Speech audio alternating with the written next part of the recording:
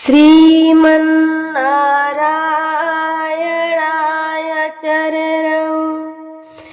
शरणं प्रपदे श्रीमते नारायणाय नमः।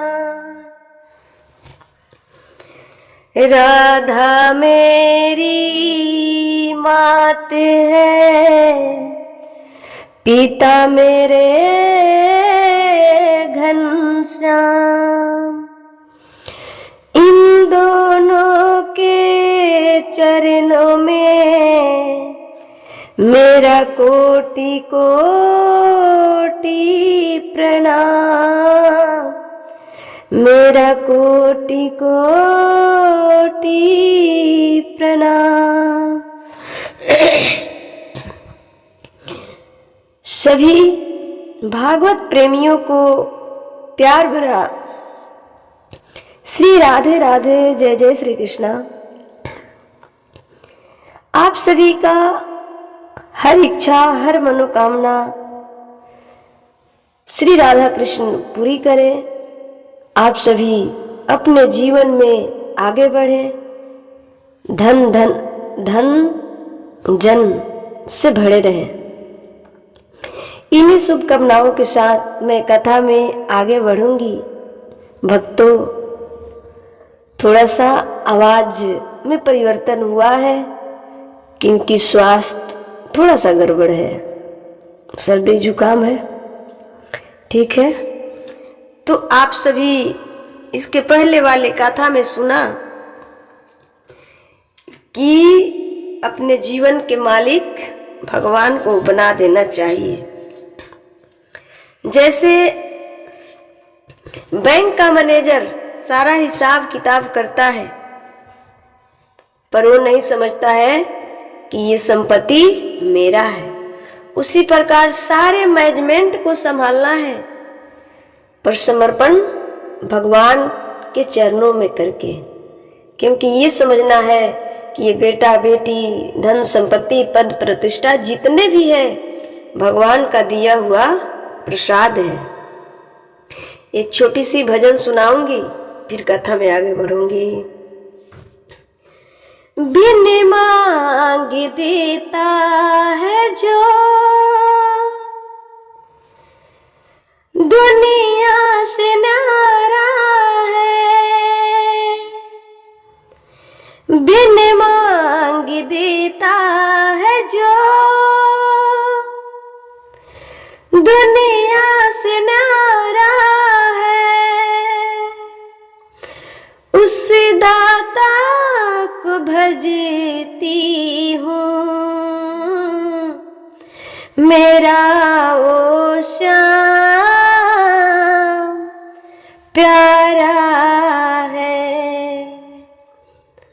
उस दाता को भजती हूँ, मेरा वो श्याम प्यारा है। बिन मांग देता है जो दुनिया से न्यारा है, उस दाता को भजती हूँ, मेरा वो श्याम प्यारा है। धन आवर दौलत क्या मांगे उनसे, मुस्कान दिया जो मुस्कान दिया जो, उस श्याम को भजती हूँ, मेरा वो श्याम प्यारा है, मेरा वो श्याम प्यारा है। हम सब जो धन दौलत संपत्ति मांगने के पीछे पड़े हैं, उससे ना जाने कई गुना कीमती हमारी ये होठों की मुस्कान है। जिसने इतना सुंदर मुस्कान दिया है, फिर हम उनसे क्या मांगे। तो वैसे विधाता है जो बिन मांगे देते हैं, जो नहीं मांगोगे वो भी देते हैं। बिन मांगे देता है जो दुनिया से न्यारा है। श्याम श्री राम या कहो कन्हैया, उनके जैसा कोई दयालु है ही नहीं। वो दुनिया से न्यारा है। उनसे कुछ ना मांगो, कुछ ना कहो, फिर भी समझ जाते हैं उनसे न्यारा कोई हो सकता है क्या। इसलिए अपने जीवन के मालिक कृष्ण है को बना दो। हमारे मालिक कौन है? कृष्ण है। मालिक जो है, तुम केवल मैनेजर हो। लेकिन हम गलती क्या करते हैं कि मालिक बने बैठ जाते हैं, तो बात बिगड़ जाती है। इसलिए मालिक हमारे कन्हैया है। मालिक हमारे कौन है? कन्हैया है। तुम्हारे श्वासों पर जो है, तुम्हारे श्वासों पर जो है ना, परमात्मा का अधिकार है। इसलिए हमारा मालिक कन्हैया है। हम अपने घर के मैनेजर हैं। मैनेजमेंट संभालो, घर की देख रेख करो, माता पिता पत्नी संतान सबकी जिम्मेदारियां निभाओ, पर सबकी मालिक भगवान को बनाकर रखो।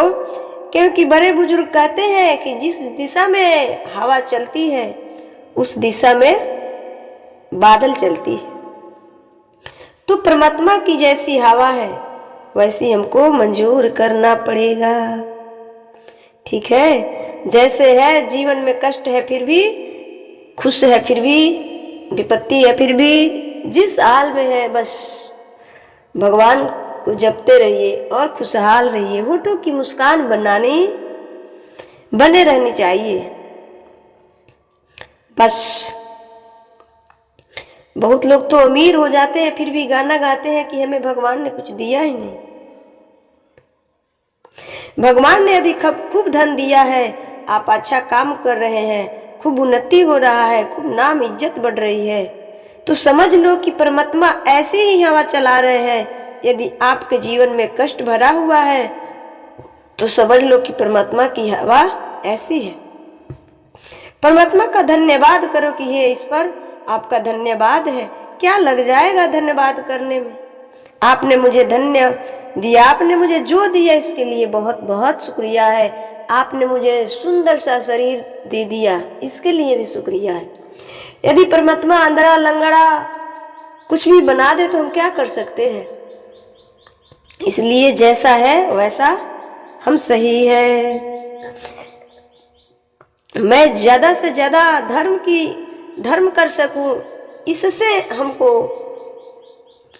जुड़े रहना चाहिए। धन आवे उतना ज्यादा धर्म करो, क्योंकि यही है पॉजिटिव थिंकिंग। धन आवे तो ज्यादा धर्म करो। भगवान धन इसलिए देते हैं कि धर्म करो। जब आदमी धर्म से भटक जाता है तो देखिएगा कि कुछ दिनों में धन की गति नाश की तरफ बढ़ जाती है। इसलिए पुण्य करना चाहिए। जो हमें मिल रही है वो हमारी मेहनत के बल पर नहीं मिल रही है। भगवान की सदा कृपा की अनुभव करो, भगवान की कृपा अनुभव करो और साफ बात कहो कि तुम्हें ना पुण्य का फल, हमें ना पुण्य का फल चाहिए, ना हमें पाप का फल चाहिए।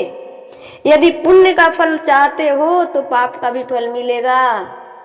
इसलिए परमात्मा से ये कहो कि जो हम सेवा कर रहे हैं, जो कुछ कर रहे हैं, ये पुण्य है या पाप है हम नहीं जानते, आप जानते हैं। भगवान के चरणों में हर हाल में रहो और भगवान के प्रति समर्पण रहो, आगे सब ठीक होगा।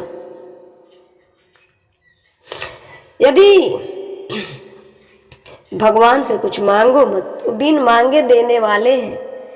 मैं अगर मांगू तुझे तू ना देना मुझे, मैं अगर मांगू तुझे तू ना देना मुझे, वरना प्रेमी नहीं मजदूर हो जाऊंगा। मांगने वाले तो मजदूर हो जाते हैं कि हम तुम्हारे साथ तुम्हें पुष्प चढ़ाए हैं, तुम्हें भोग लगाए हैं, तो हमें इतना लाख की संपत्ति चाहिए, हमें ये चाहिए। ये तो व्यापार हो गई ना, ये प्रेम नहीं हुई। तो भगवान से प्रेम किया कीजिए, कुछ न चाहिए। चाह गई चिंता गई मनवा बेप्रवाह, जिसको कछु न चाहिए सो ही साहंसा। जब कुछ न चाहिए आपको तो सच्ची कहती हूँ आपको फिर भगवान सब कुछ देंगे। जब कुछ चाहने की इच्छा नहीं होती है और जब कुछ चाहते हैं ना तो फिर कुछ नहीं मिलेगा, ऐसा होता है। ये संसार का सुख परछाई की तरह है, संसार का सुख परछाई की तरह है। सवेरे पश्चिम दिशा की तरफ दौड़ लगाओगे, सवेरे पश्चिम दिशा की तरफ दौड़ लगाओगे ना, तब परछाई आपसे आगे आगे चलेंगे। जितना दौड़ेंगे परछाई पकड़ने के लिए उतनी दूर भागेगी परछाई। इसलिए काम करो, पलट जाओ। क्या करो?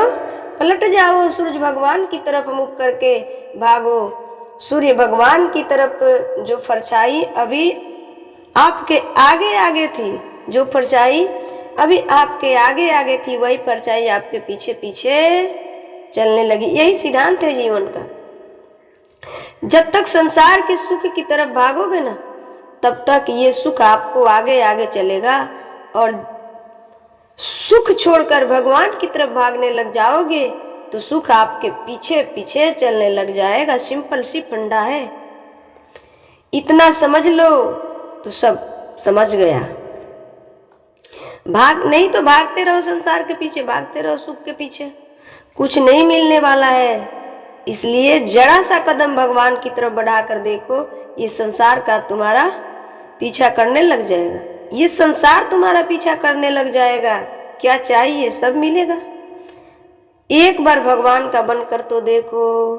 भगवान नारायण ने ब्रह्मा जी को प्रकट किया और ब्रह्मा जी ने महातत्व की पहली सृष्टि की, फिर अहंकार की, फिर पंच महाभूतों की, फिर बुद्ध स्वर्ग की, फिर इंद्रियों की, ऐसे देवताओं की, फिर अविद्याओं की, इसके बाद मनुष्यों की सृष्टि की, फिर देवता असुर पितर गंधर्व अप्सरा यक्ष राक्षस सिद्ध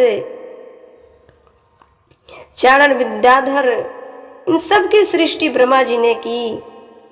फिर ब्रह्मा जी ने समय की गणना की, जैसा कि हमने ये बताया है कि समय की गणना ब्रह्मा जी ने की। जितना आसानी से हम सब समय देख पाते हैं उतना आसानी से हमारे पूर्वज समय नहीं देख पाते थे।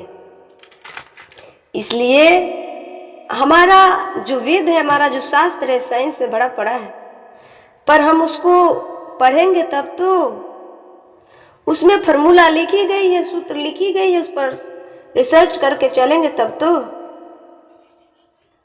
बिना चले कैसे होगा। इसलिए हमारे शास्त्रों में सब लिखा भरा पड़ा है। लेकिन आज के हमारे युवा भाई बहन साइंस साइंस साइंस के पीछे पड़े हैं, पर साइंस सत्य नहीं है। सत्य है तो हमारा शास्त्र, हमारा वेद, हमारा पुराण। शस्त्र है, साइंस सत्य नहीं है। अभी तो जहां हमारा लगभग 500 पहले वर्ष जो हमारे शास्त्रों में लिख दी गई है, वहां तक अभी तो साइंस पहुंचा भी नहीं है। हम आगे बताएंगे आपको, हम आगे बताएंगे आपको कि साइंस कहाँ है और हमारा शास्त्र कहाँ है। सूरज की परछाई को नापकर बता देती थी हमारी बुढ़ी दादी, इतने बज गए हैं। ये हमारे देश की शिक्षा है, ज्ञान है। ये गणना थी भारत की। अनपढ़ दादी, अनपढ़ नानी हमारी वो जानती थी कि कितने बज गए। अंतरिक्ष का ज्ञान तो आज साइंस को, अंग्रेजों को पुस्तकें पढ़कर जान रहे हैं। यही अंतरिक्ष का बोध तुम्हारी अनपढ़ दादी माप कर बता देती थी। कितना बच गया है मुझे, कितना बच गया है। तो हमारे भारत की शिक्षा बहुत आगे है, हमारे भारत की शिक्षा बहुत आगे है। भारत की शिक्षा के बल पर रिसर्च कर कर के और देश आगे बढ़ रहा है, और हमारे भारत के लोग दूसरे देशों के नकल करने में पड़े हैं। इसलिए विनती है सभी माताओं पिताओं से कि अपने संतान को शिक्षा तो दीजिए, डॉक्टर इंजीनियर तो बनाइए, पर वेद शास्त्र भी सुनाइए और पढ़ाइए। यदि श्रीमद् भागवत जी में लिखी हुई फॉर्मूले पर, पैटर्न पर सर्च किया गया होता तो आज बहुत सारे आविष्कार करता हमारे देश के लोग होते, और हमारे देश में बहुत सारे कंपनियां होती। अमेरिका में तो इस श्रीमद् गीता पर रिसर्च चल रही है, श्रीमद् भागवत पर रिसर्च चल रही है, लेकिन हमारे यहाँ के तो हमारे युवा साथी कहते हैं इसमें रखा क्या है भाई, एक बार पढ़कर तो देखो। अरे हमारे पूर्वज हमारे से कितने गुणे दिमाग के तेज थे, क्योंकि उस वक्त आहार जो था ना शुद्ध था, आहार था जो शुद्ध था। इसलिए शास्त्रों से अपने आप को जोड़ कर रखिए। शास्त्र हमारा पॉजिटिव है। अरे पृथ्वीराज चौहान के जमाने में कौन सा इंची टेप था? सुनिएगा, अभी ये बड़ा सुंदर कहानी है। पृथ्वीराज चौहान के जमाने में कौन सा इंची टेप था? उस समय इंची टेप नहीं था, लेकिन कितना सटीक माप कर उन्होंने अंदाज से बता दिया। क्या इससे भी साइंस तेज हो सकता है? चंद्रबरदाई ने बता दिया था 4 बांस 24 गज ऊंचे, अंगुल अष्ट प्रमाण, ता ऊपर सुल्तान है, मत चूको चौहान। पृथ्वीराज की आंखें फोड़ दी गई मुगल शासक के द्वारा। सुनिएगा हमारे युवा साथी, ये अवश्य सुनिएगा।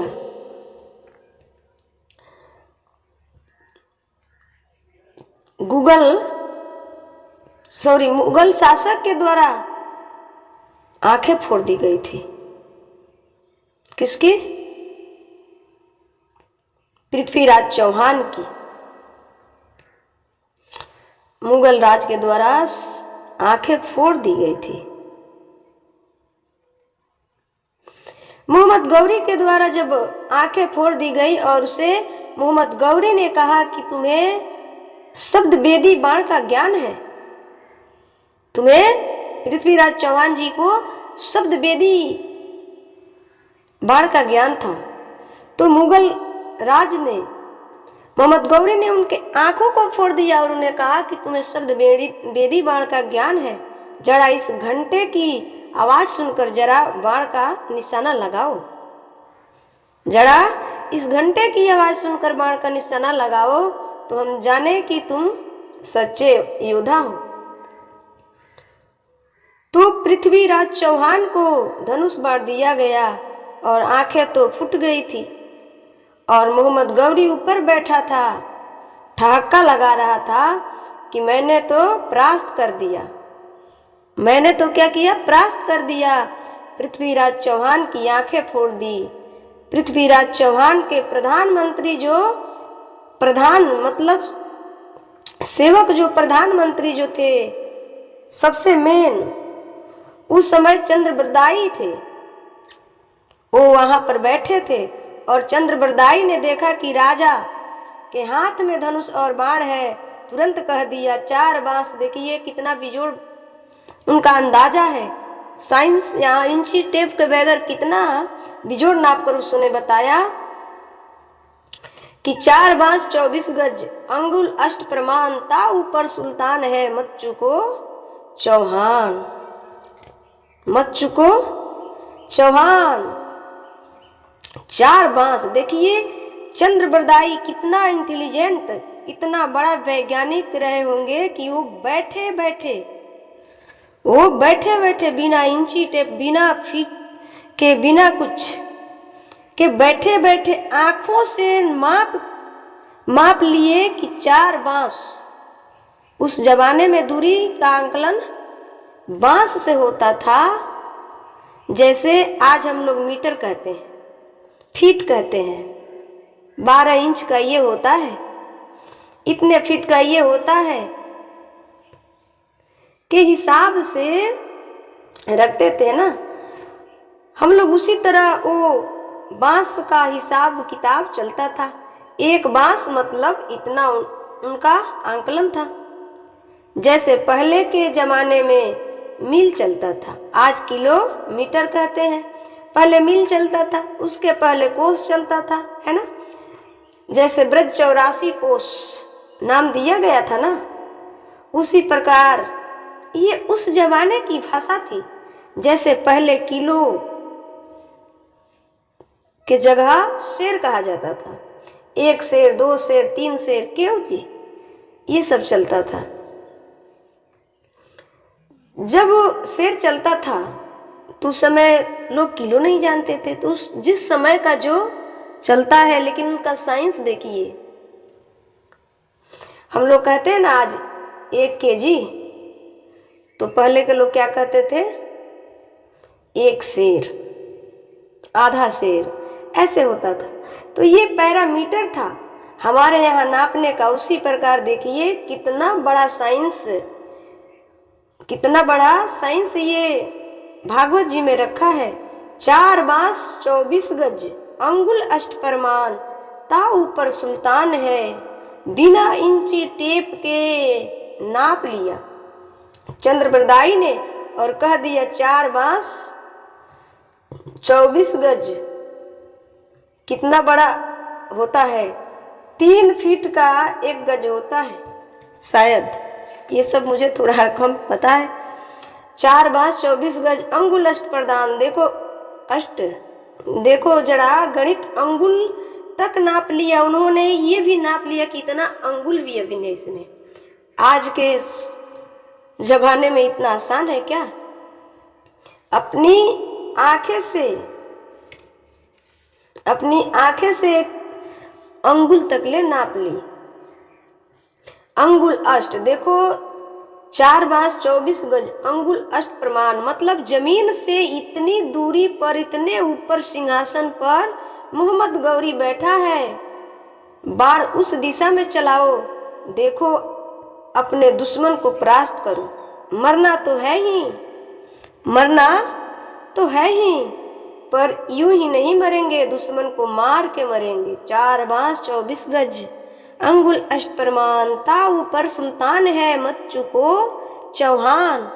तो देखिए मंत्री, आपके जो सलाहकार है ना, यहाँ मैं एक बात, बड़ा अच्छा मैसेज दे रहे हैं चंद्रप्रदाई जी हम सबको, कि हमें जो हमारी सलाह करता है, जो हमारी मंत्री होते हैं,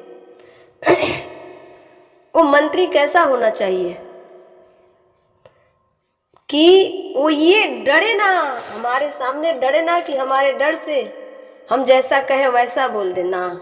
ऐसे मंत्री नहीं होना चाहिए कि राजा के मुंह पर, चाहे हमारे मित्र, ऐसा नहीं होना चाहिए कि हमारे मुंह पर हाँ में हाँ भर दे।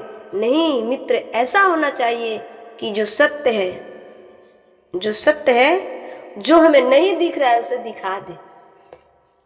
मंत्री ऐसा होना चाहिए, सलाहकार ऐसा होना चाहिए। सचिव वैद गुरु 3 जो प्रिय बोले भय आस, राज धर्म तर 3 कर हो ही वेगी नाश। यदि मंत्री डर के मारे, जैसा राजा वो जानता है कि राजा इस बात से प्रसन्न होंगे, उस प्रसन्नता में हाँ भरने लगा, तो उस राजा का राज समाप्त हो जाएगा, संकट में पड़ जाएगा। यदि आपका सलाहकार, आपका मित्र ऐसा है तो आप भी बर्बाद हो जाएंगे। इसलिए मित्र और मंत्री सलाहकार अच्छी होनी चाहिए, जो सत्य बोलने से कभी ना डरे, उसके चाहे गर्दन पे छुरी चल रही हो, उससे क्या लेन देन, पर वो सत्य बोल सकता है। तो वैसे मित्र, वैसे मंत्री बनाना चाहिए जैसे चंद्र बरदाई जी थे। आगे मैं ये कथा